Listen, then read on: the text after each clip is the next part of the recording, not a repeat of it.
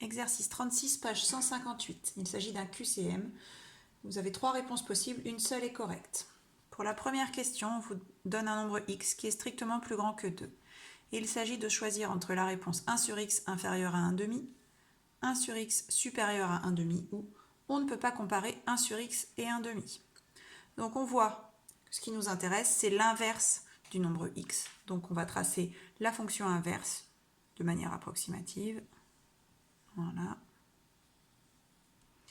Donc on a ici un nombre x, donc un antécédent qui est strictement supérieur à 2. Donc on place 2 sur l'axe des antécédents et supérieur, ça correspond à cette partie de l'axe des abscisses.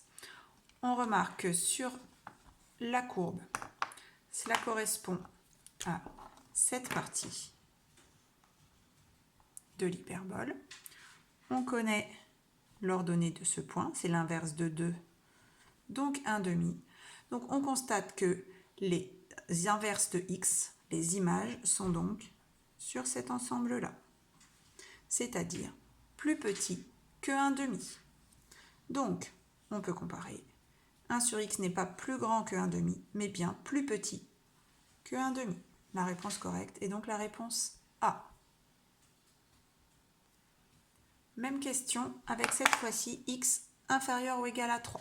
Donc il faut choisir entre 1 sur x, donc l'inverse de x inférieur ou égal à 1 tiers, 1 sur x supérieur ou égal à 1 tiers, et on ne peut pas comparer ces deux nombres, 1 sur x et 1 tiers.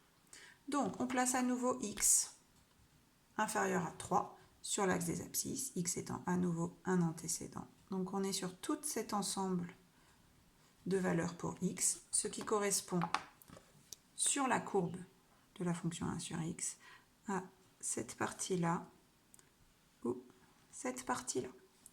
On connaît l'abscisse de ce point qui est l'image de 3 par la fonction inverse, c'est-à-dire 1 sur 3. Donc on constate que si on est sur la première partie de la courbe, on est au-dessus de 1 tiers. Si on est sur l'autre partie de la courbe, on est en dessous de 0. Donc tantôt 1 sur x est supérieur à 1 tiers, tantôt il est inférieur à 0. On ne peut donc pas comparer avec certitude 1 sur x et 1 tiers. La bonne réponse est la réponse C.